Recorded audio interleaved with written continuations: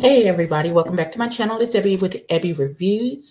This is going to be my review for Chasing Dallas Season 2, Episode 6, Too Stuff to Handle.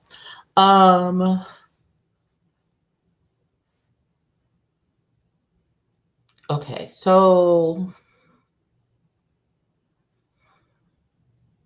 I feel like this was a filler episode in between altercations. I feel like they didn't want to have altercation. So they did altercation, filler episode, and then the lingerie party is next week where there is a huge altercation. I think now between Dior and Trey Womack. But we gonna get to that because that happens at the end of the episode, and we figure out, we get a tiny hint as to why any of this jumped off. So we start off with King Kane. He is doing he's styling a fashion show. I believe it's for a charity that help assist with people with domestic violence situations and things of that nature.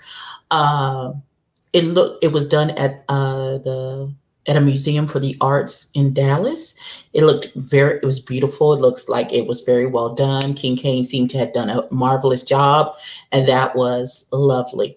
Like it was beautiful. He did a good job. Okay, next, there was a excuse me, I have the hiccups. Dior was meeting up with one of his sons and discussing, he was talking about his hairline, just catching up with his son. And then he went into a conversation about his relationship with his dad. It was very emotional, very touching about the abandonment of him by his dad, and all he wants is just a good relationship with his father. That's it. That's all. Like, and his father just doesn't seem capable or willing to have that with his son.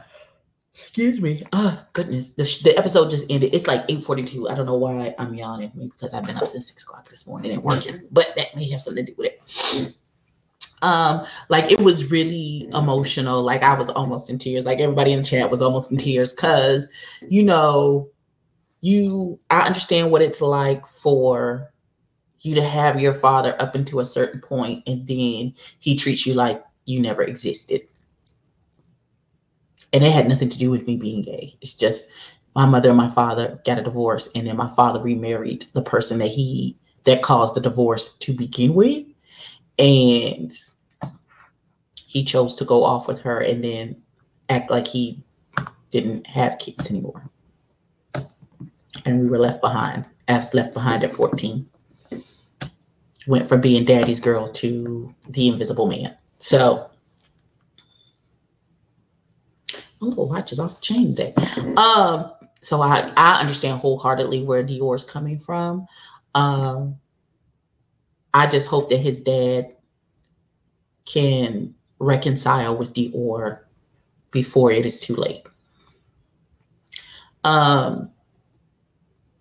We did so.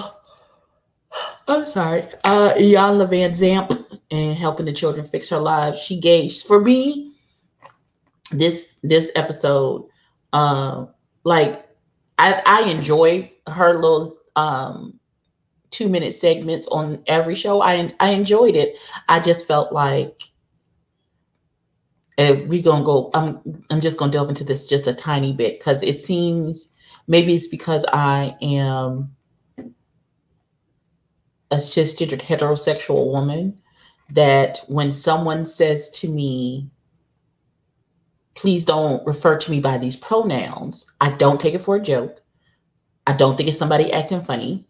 I think you just don't want to be called by those pronouns. And so I respect what you tell me, and I don't call you by their pronouns. Every person that I have seen talk about this issue who is part of the alphabet people, who's part of the LGBT spectrum, it was like, girl, and roll their eyes and giving him, they really putting 20 on 10 on the fact, and he doing too much and he giving too much and da da da da da.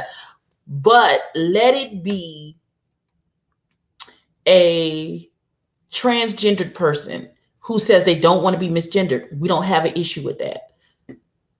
If this man says that he does not want to be misgendered, don't misgender him. Point blank, period, the end. And don't roll your eyes and talk about, well, that's just our isms and that's just how we talk. Well, clearly that's not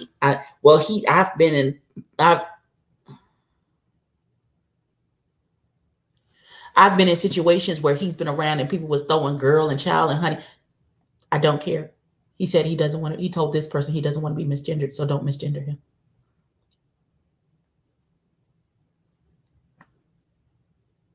That's all I got. Don't misgender him. I don't care if you feel like he gave too much. I don't care if you have been in personal situations where you've seen other people call him honey and child and girl. He may know those people on a different level. What I know is he told this person that he just met, please don't misgender me. This man is trying. I know everybody's taking it for a joke. I'm not taking it seriously either. But clearly he is. He says that he wants to be the president. So if the man says don't misgender him, respect what he just said. Don't give him 10 on 20. Don't roll your eyes and be like, okay, girl. And it's unnecessary. And everybody who's giving him all of this pushback and attitude because he asked somebody not to misgender him, I don't get it. Maybe it's because I'm not in the spectrum. So listen, I just don't get it. I don't get it. I just don't. People change. Maybe when you saw him in that personal situation, at that point, he didn't have an issue with y'all calling him girl, child, honey, baby, whatever. And now he's changed and he doesn't. People can change. You can like one thing one day, and then 2 days later, not like it at all. And don't ever do that. Me, I'm like, if you start a conversation off with, hey, you, I'm not continuing the conversation. To me, I have a name. Please don't hey you me. Don't hey you me. Niggas who hey you me in my inbox, still waiting for me to respond. I have a name. Use it. I find it disrespectful. Don't do that. I've made posts about that on Facebook. Don't hey you me. I find it disrespectful. Don't do that. If you don't respect me enough to even call me by my name when addressing me, then I don't have time for it. And I feel the same way with Rock. I feel like I'm giving this whole situation a lot more than is really warranted, but I don't understand the level of pushback that I have seen in regards to this man saying, don't misgender me, please, to a person he just met. Please don't. I see that's how you're talking, referring to this other man, to you, honey, you girl, insist that man, until Rock, who had never met him, had to ask, is this a woman or is it a man? And he says, I understand that's how you talk. Please don't do that with me.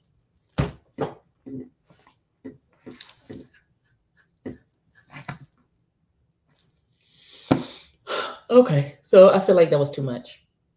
But okay, so Kane and Trey Womack are at Taco Cabana, and he invited Rock to come and they having drinks. Why they ain't had no tacos, I don't understand. But that's probably the fat girl in me talking. Because I was like, so y'all just gonna drink? Yeah, nobody's gonna order any food? Like, y'all just gonna... Because they were there for hours. Y'all just gonna sit there for hours and just drink and not eat anything. What the fuck is that? Why would you? Okay. So Trey Womack and King Kane are talking. He said he invited everybody to his lingerie party except for George. He said he felt like he's too deep. He didn't think he wanted it. He just don't. All the excuses he gave just to say he don't like him. He not fucking with him, so he didn't invite him. Point blank, period. And that's all you had to say, and we would have understood. We've seen the history of the show up until now. You not fuck. We know y'all don't fuck with each other. He didn't invite you to his little get together. You wouldn't invite him to yours. Point blank, period. The end. No other explanation needed. All that extra that was done about him being too deep in the church to enjoy a lingerie party and all that whoop-de-woo and all that other good stuff was unnecessary. All you had to say was, I don't fuck with that nigga, so I didn't invite him. Point blank, period. The end. I don't know. So, as KK and Trey Womack are talking, and after King Kane said, I invited everybody but Rock, Trey Womack says, well, who did you invite? Everybody but Rock. I don't. Sis, what? See, now I just misgendered that child. Sir. Pay attention. Child, baby, honey, pay attention. Pay attention to what's happening. Pay attention to what's being said. Please and thank you. Excuse me. Of course. Let me hurry up so I can take these lashes off. So apparently Dior and Trey Womack have they have a history. I don't know what that history is. They didn't make the inference clear between King Dior and Trey Womack. That didn't explain that well as to what their history was. Now there is an issue where they're no longer friends because apparently something happened with Trey Howard and Trey Womack, and Dior being Trey Howard's dad, he cut off his relationship with Trey Womack when Trey Womack and Trey Howard, there's too many Treys, got into whatever their kerfuffle was. And it doesn't even seem to be a real kerfuffle. It all seems super petty. I don't know what was said. I don't know what was done. Maybe we'll get more explanation because it seems like the altercation between Trey Womack, Dior, and Trey Howard at this lingerie party, that's who it looks like is fighting. So hopefully we'll get more explanation because this it's very vague. We had a history. We're not friends anymore. And now Trey Howard and him are going at it and subbing him on. Excuse me. That's how boring this episode was. Trey Howard said on, I guess, when he commented on that, Trey Howard commented that Trey Womack looked stuffed.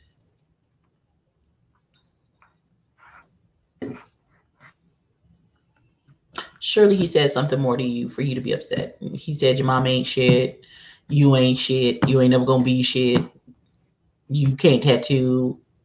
You fucking up people's bodies. He said something more detrimental than you looked stuffed.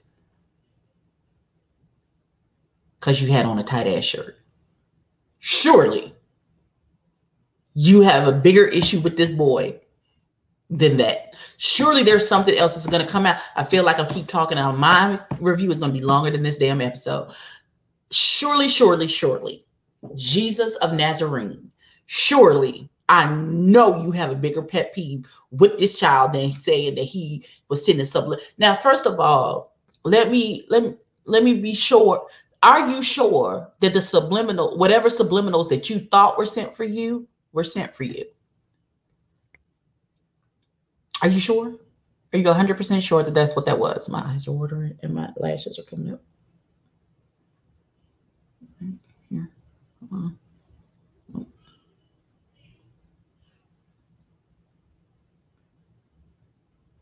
You just refuse to act right, and I want to take you off. Okay.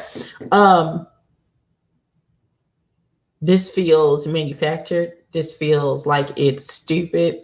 Y'all actually going to get into words over this, which is going to then become into a physical altercation. And then you're really going to have a problem. So I hope there's more of an explanation onto why there is an actual problem. Because what I saw ain't a problem. I mean, him saying you look stuffed. Well, your mama looked stuffed, my nigga. She was stuffed with my dick. I mean, and then you move on with your day. I don't understand what, you know what? Okay. Listen. So King Kane is saying, well, I don't want there to be an issue between you, King Dior, I keep calling him King Dior and Trey Howard. Maybe you should talk to him at the party. Trey Womack says, well, why would I initiate a conversation? First of all, Rock is the first voice of reason. He's like, first of all, don't do it at his party. That's the inappropriate time to have any kind of confrontation at someone's event. Don't do that. And so Trey Womack says that if he's open to have a conversation, that I will have a conversation with him. And I'm assuming that's where this fight jumps off of. And then, you know, Rock mentions the stuffed Reese showed him the stuffed comment. And he's like, I barely know Trey Howard. You know, we try to get to know each other on a flirt tip. Everybody flirts with you because you're a porn star. Okay. And then Trey Womack chimes in, well, he used to flirt with me too in 2013. It's 2007, nigga. That's like your credit. It's been 7 years. You fall off. It's like that never happened. I don't even know why you mentioned it, bro. Nothing ever came of it. Y'all never got together. Y'all never had sex. So why even mention it? You doing the most.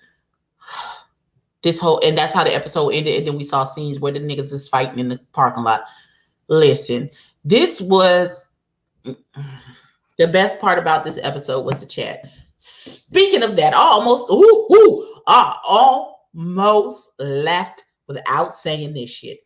Reese G, that hair that you had on in the confessional, you take her out and shoot that rat. Don't you ever put that hair on your head ever, as long as you stay that chocolatey color that you are. Don't you never put that wig back on your head. She dry, she ratty. I don't understand. It was very Shaka Khan. No. Speaking from somebody who loves you dearly, don't you ever. And if you had sent me a picture and be like, oh girl, what you think about this wig? I'd have been, no. Where are your friends that love you? Who are going to say, hey girl, don't do that? Because they let you get on a green screen and do a whole recording on the green screen with that fucking wig on and ain't nobody say nothing to you. Baby, I love you and I want better for you. Don't you ever put that wig on again. You hear me? Listen to your epic. Don't you put that wig on no more. I hope it's dead in the trash can somewhere. Then people had the nerve to talk about, yes, Diana Ross. No, ma'am. No, ma'am. No, sir. No. Don't do that. Because y'all know that shit look a mess. And y'all don't listen. Honest critique and criticism with love from the heart from me to you. Don't you near. Don't you near. Don't ever put that wig on again. Okay, well, that's all I have for this episode.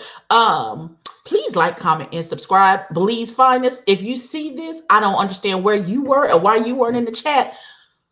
Baby. Please like, comment, and subscribe. Tell a friend to tell a friend, and I will catch you in the next one. Peace.